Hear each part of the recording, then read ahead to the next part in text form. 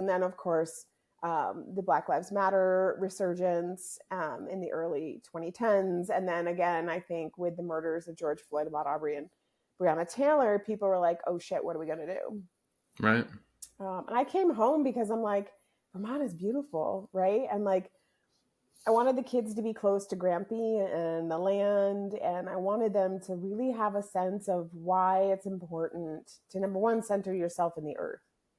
Right. And then number two, to protect it, right? And to be able to be really still.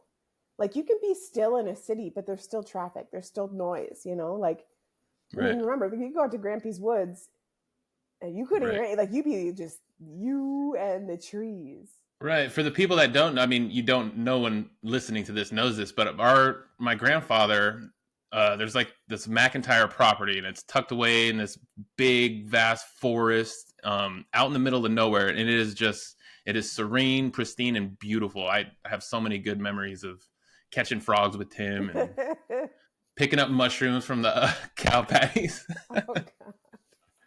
It was a horrible idea. Oh, Lord. I remember one year, y'all were up there, actually. I don't know if you remember this, but I'm pretty sure I remember Sean and Anthony being there. And it was the spring. Maybe we had gotten together for Easter or something. And the farmer had just like put all the cow manure, you know, on the hill, like as you're coming up to where Grampy is, there's that big, like, they used to be all McIntyre Simpson property there.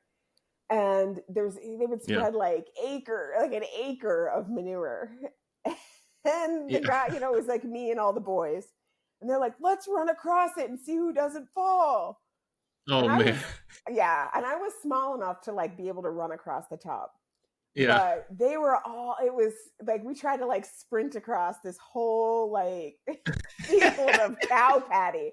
And they were all falling in it. And oh God, it was funny. But yeah, I mean, I came home because I wanted to, you know, like, it's so important to be connected to the earth. And I wanted my kids to have that sort of rooted legacy. And, you know, I love Vermont, like feeling that kind of invisibility that comes with not having anybody like you, you know, and knowing that I was starved for that, you know, which is where I think I started thinking about like you and your brothers being here and, you know, having your Polynesian roots and like how important that's been, you know, for all of you. And I was like, I'm going to come back, but I'm going to need to be a beacon.